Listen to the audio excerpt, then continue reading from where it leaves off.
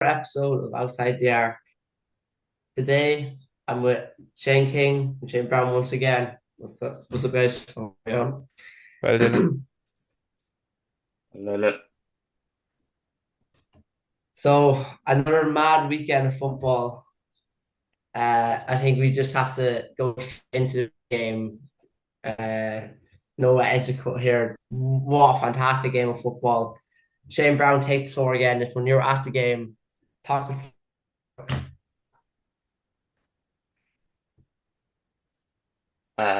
yeah, great game of football again. Um, thank God Kerry got over the line just about. Um, Dublin, Dublin brought probably their A game. Kerry were slightly off it, in my opinion. I was actually quite disappointed in Kerry's performance, to be honest. Um, our build up, a lot of the time, our build up play was slow. Some of our passing was very sloppy, but we did enough to get the job done, and we're through to the All Ireland final, thank God. And that was a massive win for Kerry. Look, that team needed to get over Dublin. It's only the second time we've done it since 2009, so that bunch of players needed that win. I know they were still hurting from the loss in 2023, so that one would have meant a lot to them. Yeah, I know it was a very it was a game again without its controversies. We have, I think, a possible square ball, possible ball over the line. A few instances we get into Shane. I want to just Shane, before we get into that though, Shane, hey, get your thoughts on the game. Yeah, it was a great game. I think I can agree with Shane that Kerry were nearly there for the taking from a Dublin perspective. They weren't at their A game, but at the same time, Dublin set up very well defensively. Um, they had great control over David Clifford and Dylan Geaney. Geaney scoring his or putting up his first wide as a championship, which is really hard to believe, it was the reality of it. But yeah, like despite Clifford being well marked, he still managed to score 1-5. Kerry did an excellent job on marking Conor Callaghan, kind of keeping him out of the game. But Cormac Costo had a great game, I think, with 7 points to his name. But I said last week on the podcast that if Dublin were going to win it, they were going to have to be efficient in their scoring, and they had 12 wides in the end, which probably cost them the game. Regardless of the refereeing decisions, which we'll talk about in a minute. You have to have a bit of luck in that perspective too. You know. But yeah, I think those 12 wides is probably, I think, a bigger killer than the refereeing decisions. But yeah, a great game. Dublin will be disappointed, I'd say. They very, very much could have won that game. It was there for the taking, but Kerry, I think, showed great perseverance, and I think it's what's needed in this championship this year. And I think they're just slightly deserving winners going on to the All Ireland final. I think you're both brought up a very good point there. Kerry not at their best. Do you think that performance would could see Mayo lift the All Ireland? Shall a repeat come for the final in 2 weeks' time? Yeah, if Kerry play like that again, Mayo will beat us, judging off the two performances at the weekend. But I don't think Kerry are going to play like that again. I think that's Because we our were talking. I think that's our poorest performance of the year, bar the Donegal game, probably in championship. I mean, and I think I think we'll I think we'll have 2 weeks of analysis and training, and Jack will give a few of the lads a talking time, sure. And I think in 2 weeks' time, I think like last year, we'll produce our best performance on the biggest day of the year. Yeah, Kerry do show up in All Ireland finals. They've a knack for doing so. Uh, but we had as I said, some scares in there. I think before we get on to Everton, before we get on to those decisions, I want to get on to the kickouts. Very, very fascinating. Both teams very evenly matched in midfield. I noticed, I know what you if you noticed it, but I noticed when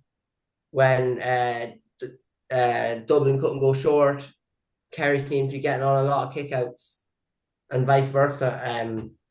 I what was your thoughts on that? On the point we raised last week about quick kickouts and how quick kickouts play a role in the game.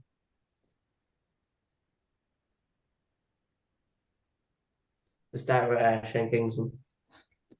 Yeah, well, look, as I said in this episode beforehand, that kickouts have become a huge part of the new game, and I think Shane Murphy and both Evan Comerford acquitted themselves very well at the weekends. It's not an easy position to be playing either in goals. But look, I think, as you said, they're both fairly evenly matched in the middle third.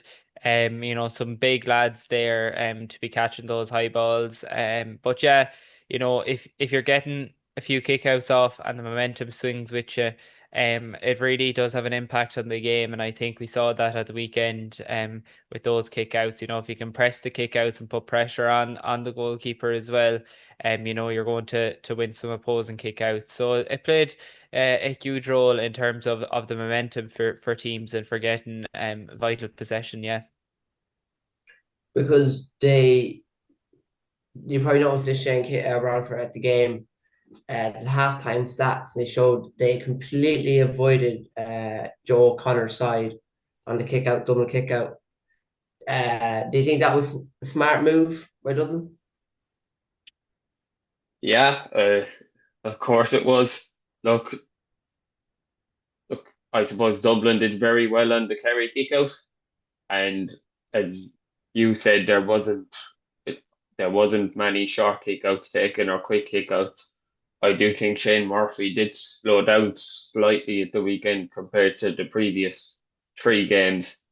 Um, but I suppose the pressure we were under, he had to do that at times. But look, Kerry still won 19 out of the 30 kick-out Shane Murphy took, which is still a pretty decent return. And I think we scored 111 directly from kickouts, which is again just brilliant. So I think as much as Dublin did well on the Kerry kickout, Kerry still came out on top around the middle in the important periods of the game when we needed to. We got control, and that was a big reason why we got over the line. Because we were talking about last week, momentum, and now I want to get on to the first instance, the square ball. Huge momentum shifter in the game. Uh, what was your thoughts on that decision after Shane King allowing the goal? Yeah, look, there's probably a trio of decisions that are contentious at the moment. The penalty, first of all, I thought was a penalty. You know, a frontal challenge in the square is going to result in a penalty. The rule was applied there. Dublin's goal, I find it very hard to say that it was certainly a goal. Um, from the camera angles that we've seen, the ball isn't clearly over the line. And in fairness to the umpires, the ball came in at lightning speed and was put out again very, very quickly. So it was a hard one to judge. But now the square ball incident, now we're going from camera angles. If I was there at the game, I would have been able to make a more certain call on it. But to me, from what I've seen, it was a square ball all day.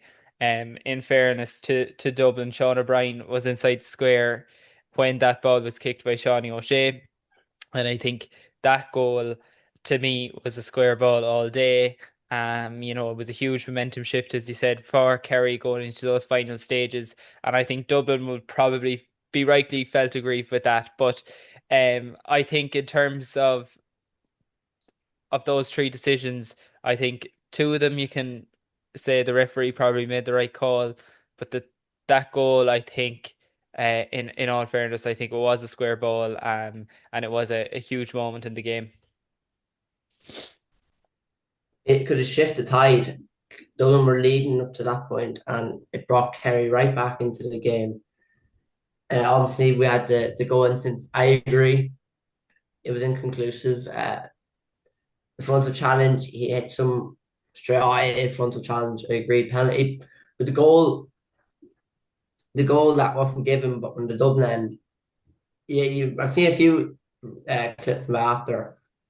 It doesn't, you can't see it fully across the line, and it brings the question: should goal line technology be brought into Gaelic football? Shane Brown. Look, I think he both agree this, and I agree too that the penalty was a penalty.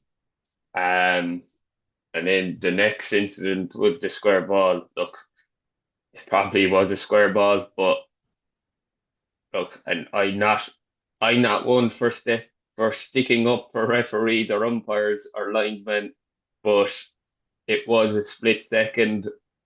It was probably a tough decision to make, but look, they got it wrong at the end of the day. So, like, Dublin have a right to be, I suppose, disappointed with that.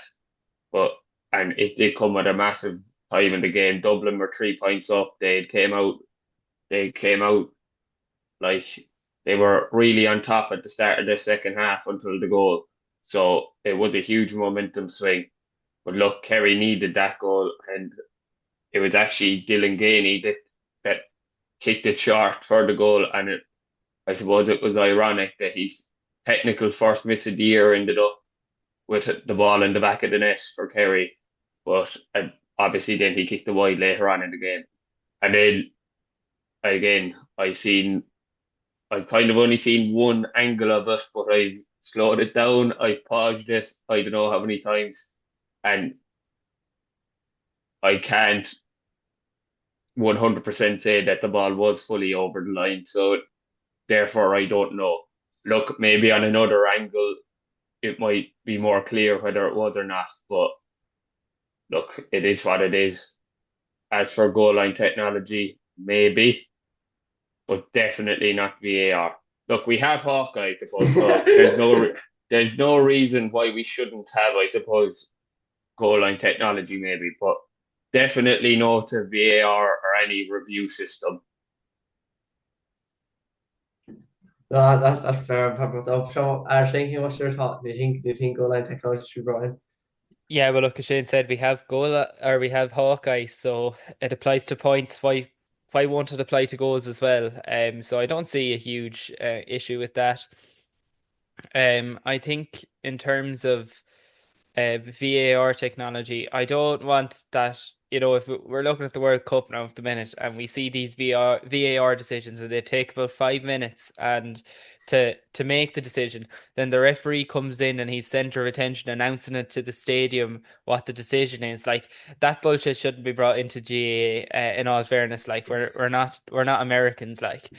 So but I do think there could be something that um a fourth official should be able to have a screen beside them in big days like Crow Park or at provincial finals or big days like that the fourth official does have access to a camera that to a screen that they can communicate with the referee to what they saw on the screen, and that kind of something like that could be brought into it. But I think this big whole dramatic VAR thing where the referee comes over to the sideline and watches the screen, I don't agree with that.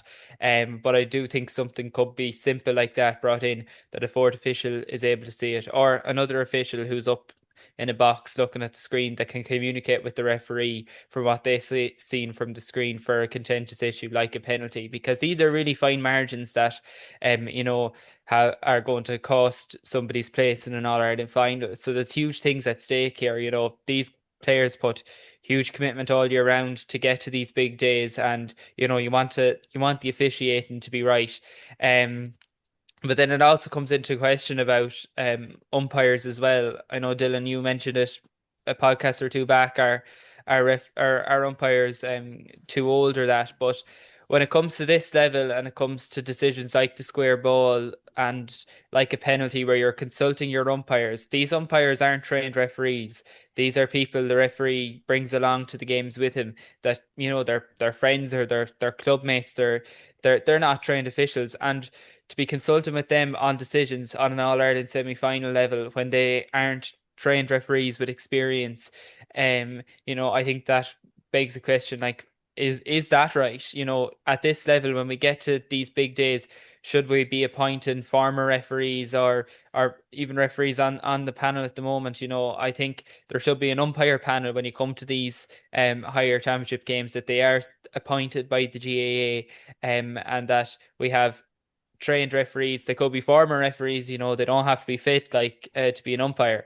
But I think something like that has to be looked at in terms of these big games, because these are big calls and there's a lot at stake here. And for the fairness to the players and for the integrity of our huge championship games, I think we need to look at centrally appointed umpires at this level.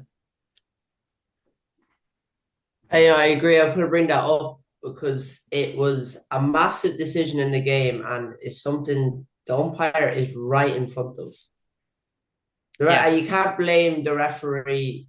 The referee is a bit back. The point of the umpires is to make those type of calls, point goals and possible square balls. So the referee, you can't really blame the referee. And that's where I agree. The point, it probably should be something brought in, umpire, former referee, for something of a trained, experienced level to for games, because these games have a lot of consequences, a lot of financial. At the end of the day, there's, as much as the game is unprofessional or not professional, there's still financial incentive for winning. How big it is for your county. There's not as big in football or soccer, but there's still that on the line. So.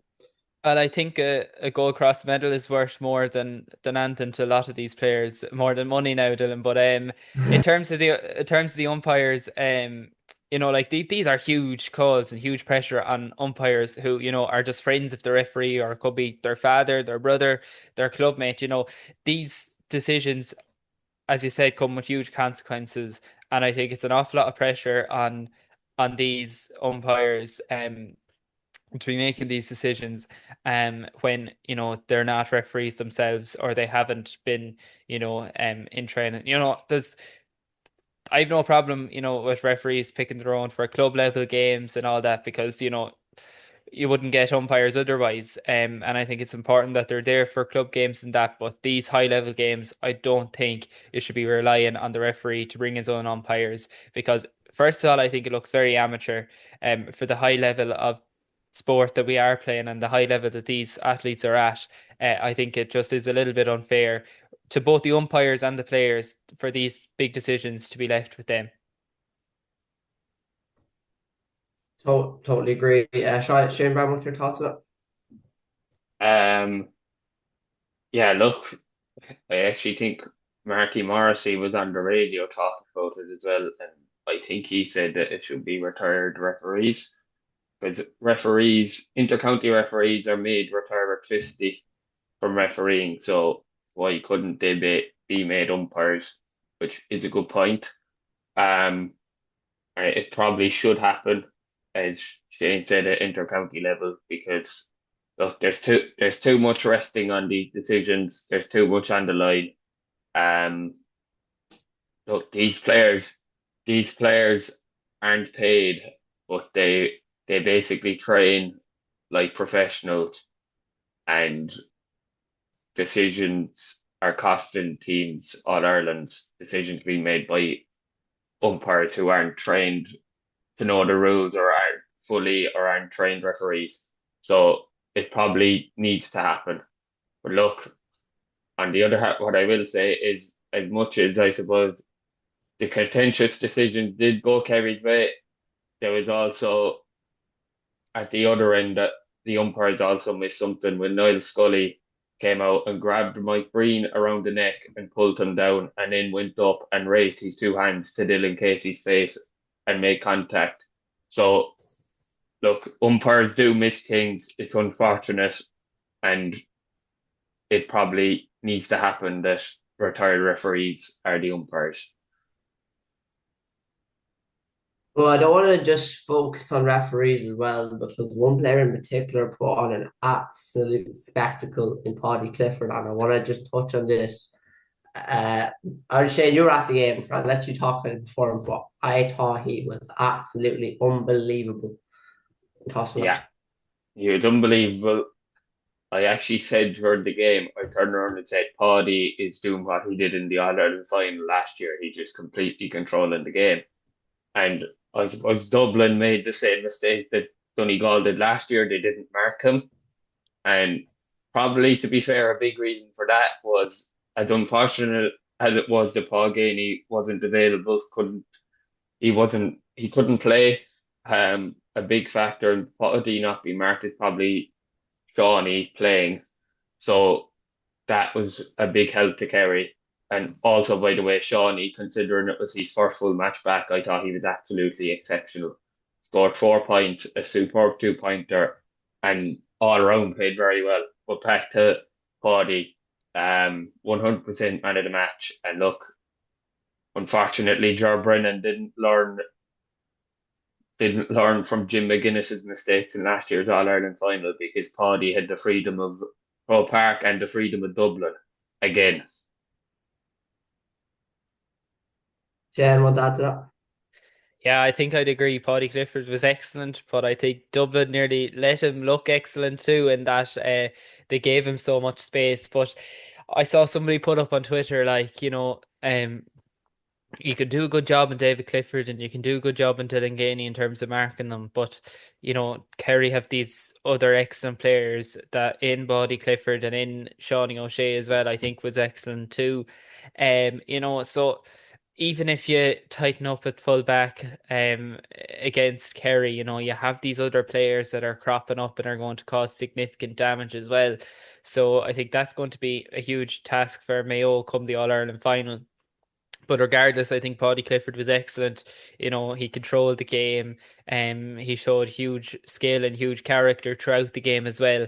And he really was central to Kerry's victory at the weekend. It was just the way he was able to just, yeah, as you're saying, give him the freedom with the park, and you brought up, you can mark up. Do you think they focused too much on Gainey and Clifford? Because they did keep them quiet, but at what cost? And I there's mean, Shane Brown. they kept Dylan quiet, but I don't think David was quiet. He scored 1-5, and to be honest, I would have had him. Look, he Paudie, as I said, he probably did get man of the match, but I don't think David was that far off him. I thought David was absolutely outstanding, considering there was two or three men around him every time he got the ball. Um, and look, I suppose now is, while I'm talking about him, now is the time to just have a point on a certain journalist saying that he hardly got a kick, and telling us that he over celebrated the insurance point. Um, what an absolute spoofer. Um, it's the point that made sure we beat our biggest rivals in the All Ireland semi final, and it's only David Clifford's second time ever being a part of a team to beat Dublin in championship. Um, Absolutely woeful journalism, if you can even call it journalism. Um, what an absolute joke. He's every right to celebrate, and giving out about him doing this with the crest, absolute clown. It just showed how much pride he has in the team he's playing in, and how much pride he has wearing that jersey. Um, and unfortunately, unlike the Dubs in the 2010s, this Kerry team aren't a bunch of robots. So, which is just brilliant to see. And I was delighted. I suppose David and Shawnee and Joe like to bring the crowd in. They like to fist bump. They like to celebrate. And that started last year against Armagh in the quarter final. And by God, do the Kerry crowd respond to it. Actually, talking about the Kerry crowd, I would want to just ask you real quick, what was the atmosphere like in there after that insurance point? Unbelievable. Look, people say that Kerry supporters don't travel to Croke Park until the final, but I said last week that we're coming in numbers, and that we did. There was an unbelievable Kerry support there. And look, I suppose over the last 2 years, look, traditionally, I suppose Kerry supporters are seen to be relaxed and laid back, but we definitely become more vocal. Um, I don't think I've ever heard a Kerry crowd so loud as Sunday. It was unbelievable, and the atmosphere, as always, for Kerry Dublin games was top class. And Shane, was it true that Dublin supporters were booing David Clifford when he got on the ball? Yeah, Yeah. look, it happens. Look, it happened in Killarney. Kerry supporters were booing Michael Murphy.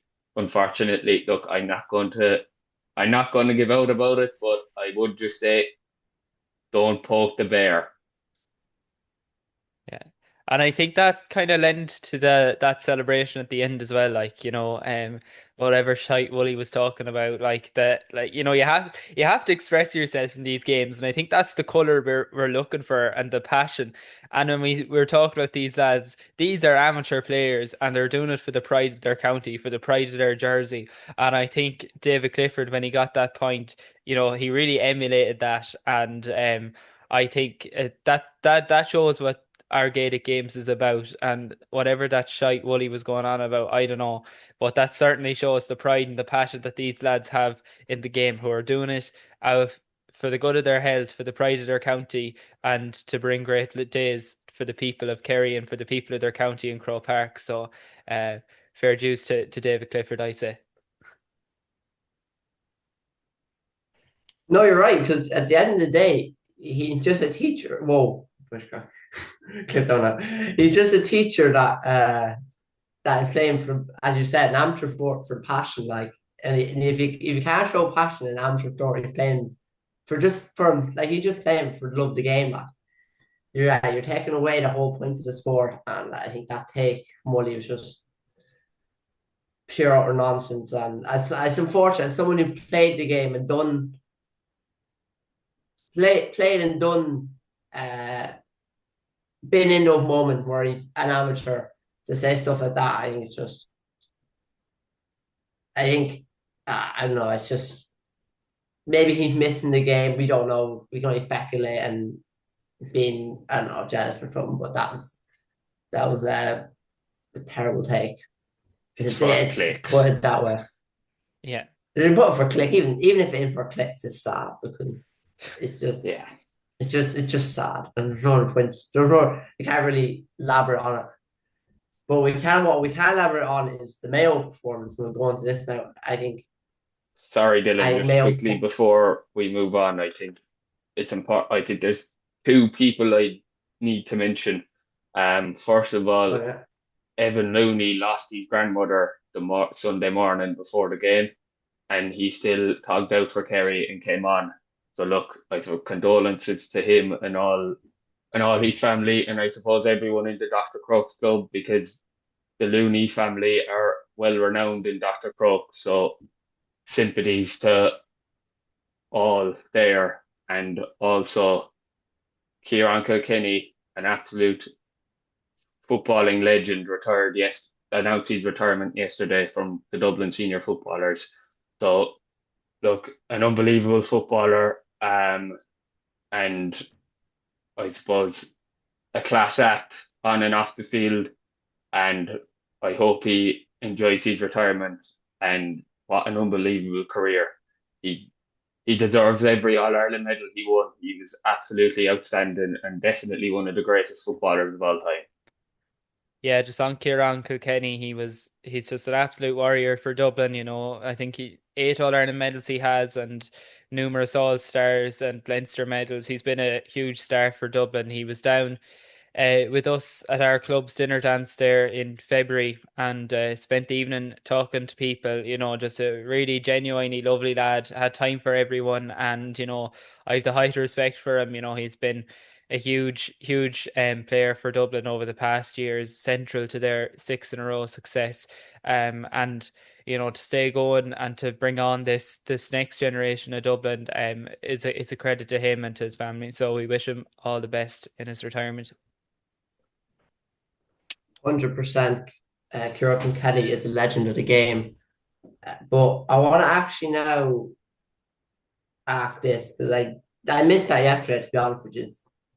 Uh, could we see more follow suit, like the Niall Scully Yeah, I think following his so. footsteps? I think so because after the get, in fairness, normally when Dublin lose, their supporters get out of there as fast as possible. But in fairness, the hill, should I say, remained full for I'd say 5 or 10 minutes afterwards. All the Dubs stayed back, and a few of the Dublin players just stayed out on the pitch, looking directly up at the hill for a good 5 or 10 minutes after the game. So I definitely wouldn't be surprised if there's a couple of more retirements.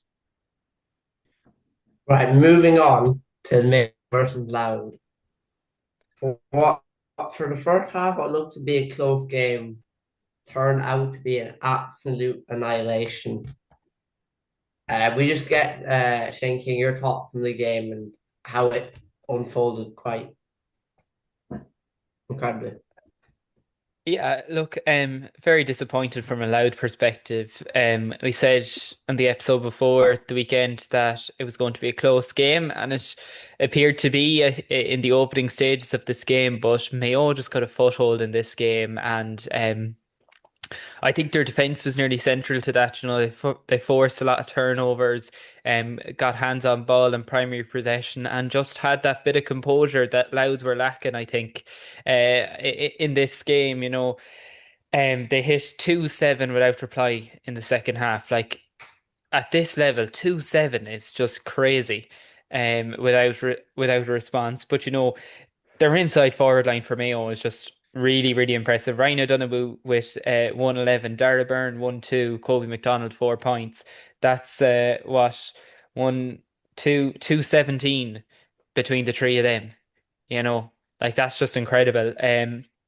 But Mayo were very impressive, to be honest. And their second half performance was excellent. Like we had Stephen Cohen and Enda Hession had great games in respective half backs. They kept Sam Mulroy to one score. Coming into this game, we were saying how are Mayo going to handle Mulroy? He scored once.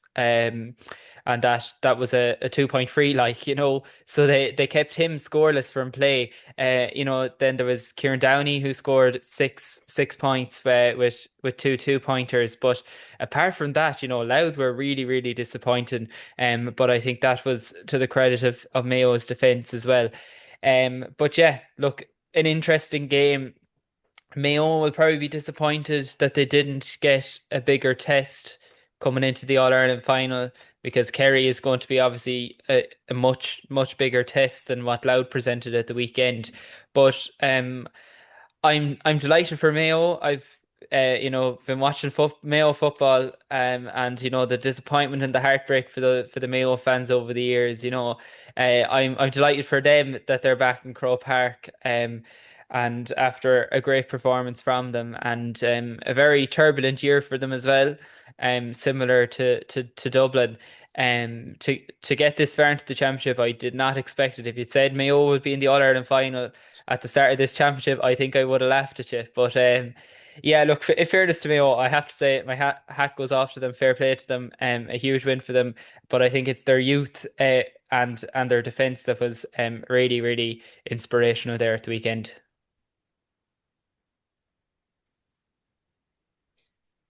Shane Brown, I just want to ask you, in that second half for Louth, where did it go wrong? Um, Everywhere. Um, I thought it just didn't really come out of the dressing room, to be honest. Um, Mayo just were wiped the floor with them in the second half. They were all over them. Um, I think it was a mixture of Mayo's brilliance and Louth just not not being able to cope. Maybe it was the occasion. I don't know. But they just didn't, especially the second half, they just didn't show up. Um, Look, in the first half, I suppose they kind of kept with them for the most part, and it was only 4 points in it at half time. But Mayo in the second half are just unbelievable.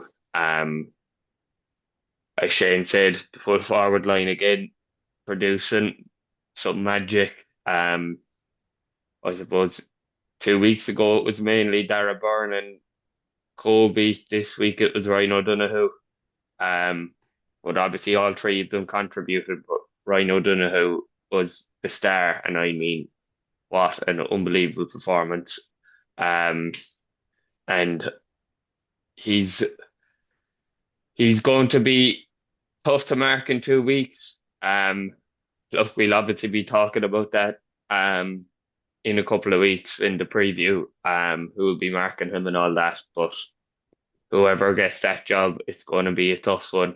And look, Mayo, I suppose, are back in the All Ireland final for the first time in 4 years. Their fans would be delighted. They were ecstatic by the looks of it on TV at full time on Saturday. But hopefully they'll be knocked back down a peg or two. Because one player in particular has lots to play for. We were talking about last week the older players. Shane, you were mentioning about that it's more pressure on them. We were talking about the young lads. But you have to remember this is Kobe McDonald's last game of football before he goes off to the AFL. How big of a loss is he going to be for Mayo once he goes? He's going to be a big loss, but I think if if you're looking at pictures after the game, he had on his wrist written one chance, and this in his eyes is his one chance of getting to an All Ireland and possibly winning an All Ireland medal. But look, you can't blame the young lad for wanting to go off to Australia and play sport professionally. Like it's anyone's dream growing up to be paid to play sport and to be going down to Australia living the dream. You can't blame him, and you have to wish him well. But at the same time, we talked about Ciarán Kilkenny there earlier. You know, he went off playing AFL for a couple of years and came back and played a central role for Dublin. You know, so just because he's gone doesn't mean he won't be back. I'll say that much. But you know, as I said, you can't blame him. But this is going to be Mayo's best chance of winning an All Ireland in a while.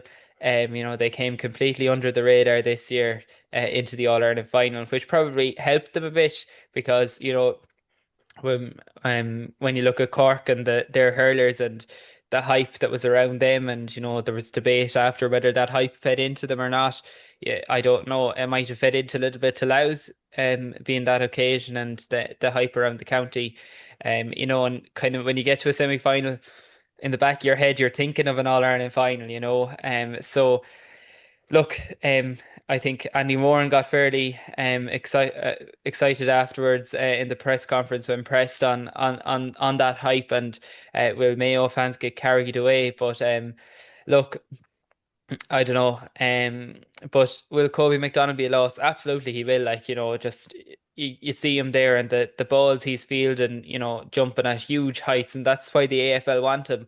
But he will be a loss for Mayo. There's no doubt about it. But there's other young players coming along there as well.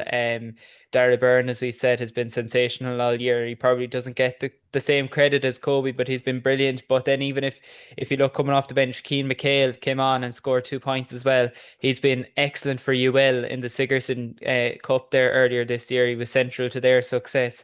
I seen him play a lot of football there in the earlier part of this year, and he was excellent. So, you know, there's young players coming up through this Mayo team, which is very promising for them. And I think Andy Moran has been managing that well and given these young players game time on the field. And yes, Kobe will be a loss, but there's young players coming up as well, which is promising for Mayo. I think I think now we have to conclude it on the Taliteann Cup final. Wicklow versus Down, and what an upset for Wicklow. After the game, what was your thoughts on it? Sarah Shane Brown. Uh, yeah, what a comeback. Unbelievable. 12 points down at half time. Against, I suppose, the the favourites for the Talton Cup since the second we knew that Down were going to be in the Talton Cup. Everyone had them as favourites. But unbelievable. A Division 4 team will be playing Sam Maguire football this year, or next year, should I say, and deservedly so. Um, Look, I suppose it's unbelievable for Oshie McConville. He's been there a few years now, and look, from the outside looking in, he's put in an awful lot of work and obviously an awful lot of time into that Wicklow team, and I suppose it's just great for him and great for everyone involved in the Wicklow setup, whether it be the county board or the panel itself and the backroom team and everything, because I suppose those days don't come around too often for counties like Wicklow. Um, I'm sitting here in a bit of a privileged position of being able to go to Croke Park basically every year, but to have a day out in Croke Park before on the same day as the All Ireland Senior semi final and be getting silverware is just unbelievable for those players. So fair play to Wicklow, but Down will be bitterly disappointed in themselves. And look, they would have had their eyes set in winning that to secure Sam Maguire football for next year. And look, they're going to have to make sure now that they secure Division Two football and get in that way. Because it's not as if Down had 14 men last 10 minutes with the black card, and the amount of wides was and drop balls short was unacceptable at that level, for being honest. For I know even Talton Cup, at inter-county level, it was unacceptable the shooting. Shane King, what was your thoughts on the last 10 minutes in particular, where Down just failed to convert Yeah, anything? well, it this was a game of two halves, really. I had it on the telly here, and I watched the first half, and I was like, Jesus, Down are going to run away with this.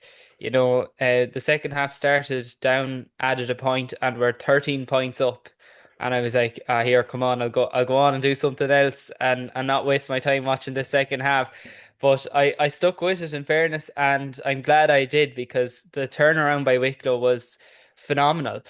And credit to them, Dean Healy, huge experience there, a long time warrior for Wicklow who was man of the match and played an excellent role there for Wicklow. But I think it raises a bigger question for Down in that how have they let a 13-point lead slip away in a game that they had full control of? And now there was a breeze going into the David end, that Down had the favour of in the first half that Wicklow had.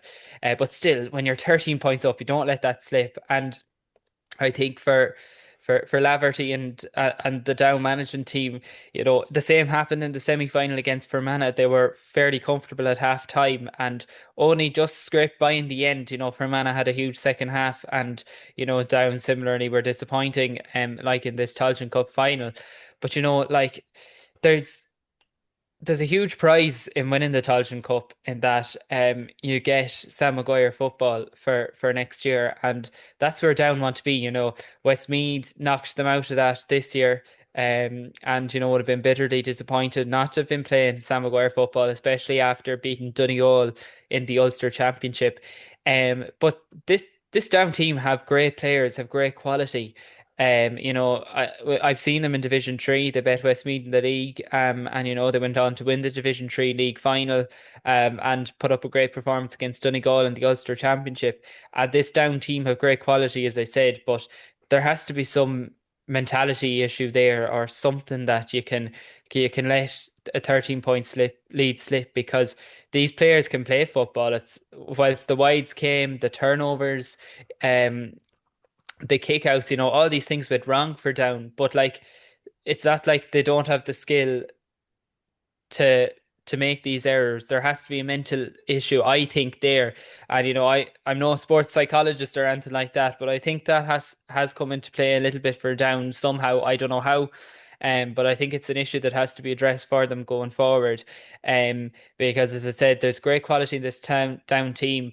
But to Wicklow's credit, they never gave up and they were that bit hungrier. And I think that was what won it for them in the end, that they wanted to win that Taliteann Cup that bit more than Down. And I think that want and that hunger, and even the crowd getting behind them as well. There was a huge Wicklow support there. Into the last 15 minutes of that game, when Wicklow looked like they were going to turn it over, which they did. The crowd got behind them, and I think that was nearly what drove Wicklow on into those closing stages. It was that hunger, and as Shane said, Oisin McConville's been with them there for the last couple of years, has shown great perseverance, sticking with them and developing this Wicklow team. There's great quality in this Wicklow team as well. Um, you know, from a Westmeath perspective, they bet us in the Tailteann Cup quarter final last year. And were quite impressive in that, they bet us in the Leinster Championship, I think 2 or 3 years ago as well. So this Wicklow team aren't bad. And if they can keep together and if they can keep Oisin McConville with them, I think Wicklow will be right contenders in our football championships going forward. And it's great for Leinster football as well. To see another county coming up and doing well. From a Westmeath perspective, it's great to see ourselves, Dublin, Louth, Meath, all competitive. And then, we have the likes of Wicklow as well. Offaly as well, we're quite competitive in the semi-final against Wicklow. So it's great for Leinster football from a Leinster perspective. And hopefully we'll see these counties being competitive as well come the championship next year. Because with Wicklow team, as you touched on, we can talk about the down mentality, but the being weak or whatever, but we have to just give it weight to. It's not the first time they've caught it. They did it the exact same thing against Offaly in the semi-final. 12 points down at half time and claw back. This Wicklow team mentality is something I don't think we've seen in a while. Where they're never defeated. Even as Dean Healy said, the man of the match, and captain said after the game, lifting the trophy. There's just something with those players. They never know when they're done. They never know when they're beat. He said, and they've shown it again. And I just want to talk about his goal, because if you want to talk about a captain's goal, I mean, we just need to, in the moment, it's absolutely fantastic. Like the run through 4 or 5 players down, throw the defense, and what composure, what impact do you think he's had in this run for Wicklow? Leadership he might have shown. Shane Brown. Yeah, look, a brilliant goal, as you said, and I suppose that's what leaders do. That's what leaders are supposed to do. I suppose he's a stalwart of Wicklow football, and he's just given Wicklow probably one of their greatest moments in years. And I suppose a quick, I suppose, mention to, since the legendary Mick O'Dwyer passed away last year, that both Taliteann Cup winners were counties that he previously managed, and obviously Kerry won the All Ireland last year, so hopefully it'll be 2 All Irelands and 2 Taliteann Cups to the counties that Mick O'Dwyer managed since he passed away. That'd be a statistic, though. Doing his honour well. But before we conclude, just want to go on to Down. As you're saying, it needs to open Div 2 now for Ireland football, but how big of a setback is this for Down? I said before this game that they need to put out a statement. Obviously, as you're saying, they knocked Meath, knocked them sorry the championship. They probably need to prove point belonged, and they didn't. How do you think they come back from this massive if we're being honest, like? Yeah, it's going to be tricky for Down. Um, if you saw Conor Laverty in his post-match interviews, he just looked absolutely deflated, floored, and I think couldn't really believe it, to be honest, what happened out there. But he's going to be under pressure now.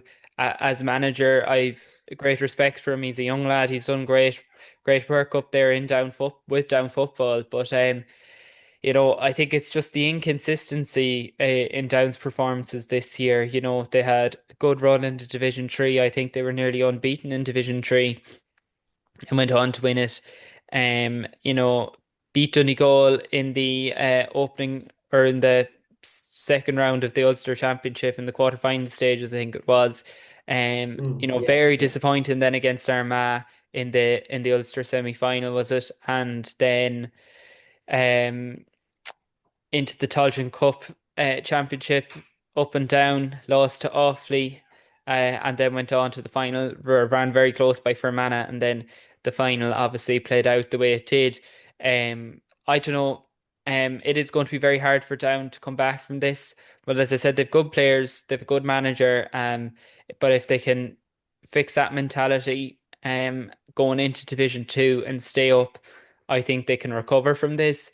But I think Division 2 is a very tough Division 2. Like when you're there's all teams quite close together there that could be in danger of dropping to Division 3. So it'll be interesting.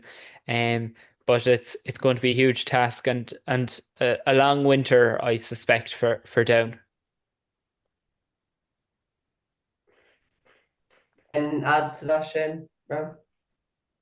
Yeah, look, it will be a huge setback for Down, I suppose, coming from the highs of getting promoted from Division 3 to Division 2 and then beating Donegal in the Leinster Championship to then I suppose the week after being annihilated by Armagh, then Westmeath win and Leinster dropping to the Talton Cup. I suppose that would have been a setback for them in itself. And I suppose they did show some bit of resolve to get to the Talton Cup final. But look, a complete collapse in the second half. And that's going to, I suppose, knock their confidence and set them back. But hopefully they can respond and recover next year and stay up in Division Two, secure Sam Maguire football, and maybe go on a run in the Ulster Championship and even into Sam Maguire. But it's going to be tough for them to come back from, uh, let's be honest, the shocking second half performance the last day. Yeah, but I think as well the thing with the Tailteann Cup Championship, it's a great platform builder for teams. We've seen the last few winners, Westmeath, Meath, um, Kildare, Down previously. They're all teams that have kind of built on their Tailteann Cup success. I suppose Westmeath and Meath are probably two of the prime examples of it. I remember when we won it in 2022, it was huge for the county to get in behind football again. And as we see Wicklow, it's huge. The county has really got behind them as well. You just have to see the celebrations afterwards as well with the homecoming there on Sunday. It's great for these small counties to get these wins and it really brings football along. But for Down, they've won it before. And I think the hunger to win it wasn't really there. And I think that played into their run in this championship as well and their final appearance. We saw, as I said earlier, Wicklow really wanted it. If Westmeath were back in Tailteann Cup, I don't think there would have been the same appetite to go and win it. As there was in 2022. So, but as I said, it's a huge builder for these counties. If Wicklow can build on it, we've seen Meath build on it, we've seen Westmeath build on it. It's great for these counties to progress, and it was quite a good championship as well. I've watched a lot of the highlights there on Sunday game, throughout the championship, and there were some really good games. The likes of Sligo, Tipperary beating Sligo. And then the other games, Offaly had a good run in this championship, as did Fermanagh. So it's great for these counties to build on it. And I think that was the point of the Tailteann Cup, to give these counties the platform to build. And I think it's working, and it's great to see. And hopefully it will continue to drive the standard of football across Ireland. I think we can wrap it up there, guys. Thanks a million for listening to another episode of Outside the Arc. And we should catch you next episode where we will preview the All-Ireland final of Kerry versus Mayo. Thanks for listening. Bye, guys. Thanks, Dylan.